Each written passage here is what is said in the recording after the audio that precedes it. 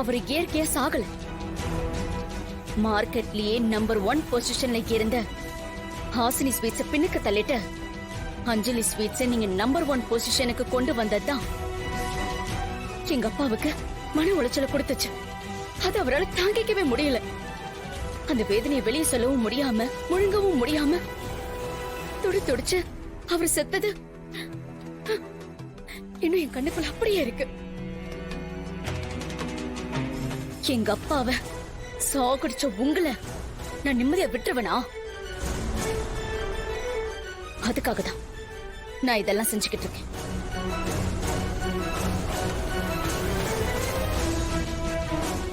இத பாரு, உங்க அப்பா மாதிரி நீயும் எல்லாத்தையும் தப்பா புரிஞ்சுக்கிட்டு இருக்கமா? மார்க்கெட்ல நம்பர் 1 பொசிஷனுக்கு வந்தது எங்களோட உழைப்பினால மட்டும்தாமா. நல்லபடியா உழைச்சா யாரும் நம்பர் 1 பொசிஷனுக்கு வரலாமா? கரெக்ட். இந்த உலகத்துல பிசினஸுக்கு தேவை 2 பேர் மட்டும்தான். ஒன்னு புத்திசாலி, இன்னொன்னு உழைப்பாளி. உழைப்பு உங்ககிட்ட இருக்கு, புத்திசாலித்தனம் என்கிட்ட இருக்கு. ஏய், நீ இப்ப என்னதான் சொல்ல வர? சுத்தி வலிச்சு பேசாம நேரடியா விஷயத்த சொல்லு. இருமா, அவங்களே அமைதியா இருக்காங்க. ஏதோ பழமொழி சொல்லுவாங்களே, ஏதோ எதுக்கோ காய்க்குதுன்னு. அந்த மாதிரி சம்பந்தமே இல்லாம நீ எதுக்கு வந்து அட்டெண்டன்ஸ் போடுற? இப்படி எல்லாம் அவசரப்படக்கூடாது, புரியுதா? அதுக்கு முன்னாடி இன்னொரு தரமான சம்பவம் நடக்க போகுது. அது நடந்து முடிஞ்சதுக்கு அப்புறம் இந்த சுவாசினி மனசுல என்ன இருக்குன்னு நானே உங்ககிட்ட சொல்றேன்.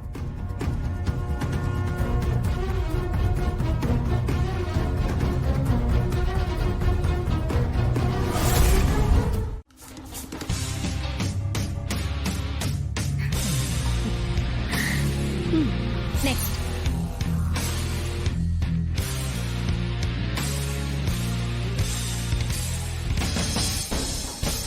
சார், நாங்க ஃபுட் சேஃப்டி டிபார்ட்மெண்ட்ல இருந்து வரோம்.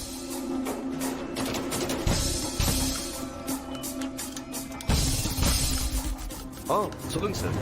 சார், என்ன சார் சொல்லணும்? நீங்க நியூஸ்ல பாக்குறீங்களா இல்லையா? சார், எங்கேயோ தப்பு நடந்திருக்கு. யாரோ எங்க வளர்ச்சியை தடுக்க இப்படி எல்லாம் பண்றாங்க சார்.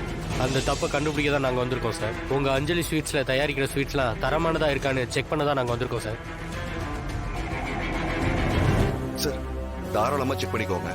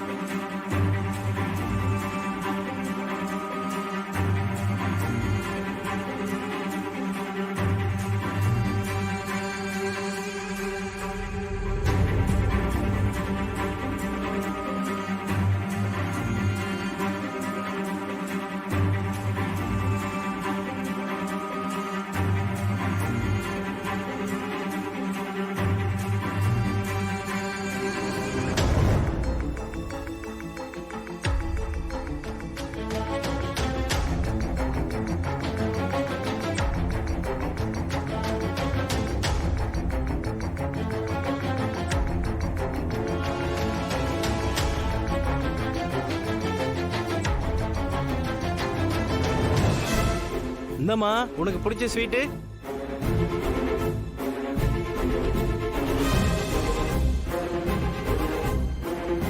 நல்லா இருக்கா?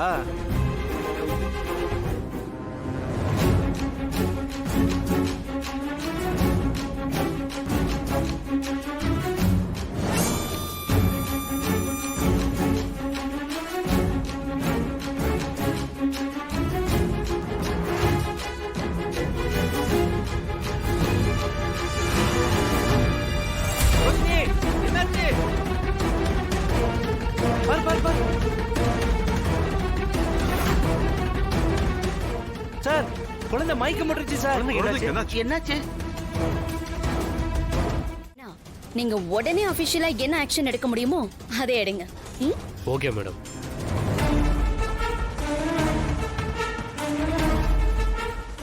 மேடம் சொன்ன ஒரே காரணத்துக்காக தான் இன்னைக்கு ஈவினிங் வரைக்கும் உங்களுக்கு டைம் கொடுத்துட்டு போறேன்.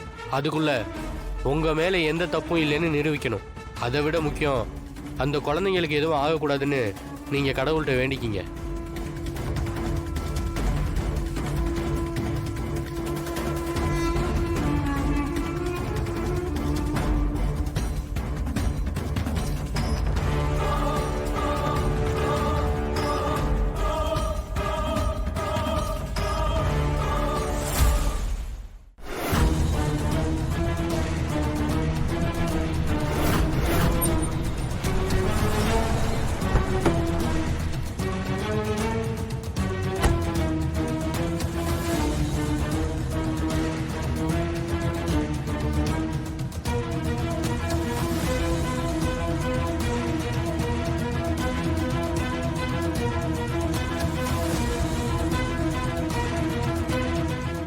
என்னாச்சு? என்னாச்சு?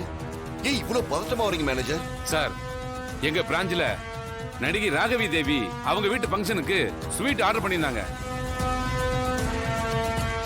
எக்ஸ் மினிஸ்டர் ராமலிங்கம் ஒரு பொதுக்கூட்டத்துக்கு நம்ம கடையில ஸ்வீட் ஆர்டர் பண்ணியிருந்தாருயா. சரி, அதுக்கும் நீங்க பதட்டமா வரதுக்கும் என்னங்க சம்பந்தம்? நம்ம பிரான்ச்ல பிசினஸ் மேக்னட் ராஜரத்னம் அவரோட ஆபீஸ் ஸ்டாஃப் எல்லாருக்குமே ஸ்வீட் ஆர்டர் பண்ணியிருந்தாரு. சரி, சார், அவங்க 3 பேரும் சொல்லி வச்சது மாதிரி ஒரே நேரத்துல நாம அனுப்பின ஸ்வீட்ஸ் எல்லாத்தையும் வேண்டான்னு ரிட்டர்ன் பண்ணிட்டாங்க சார்.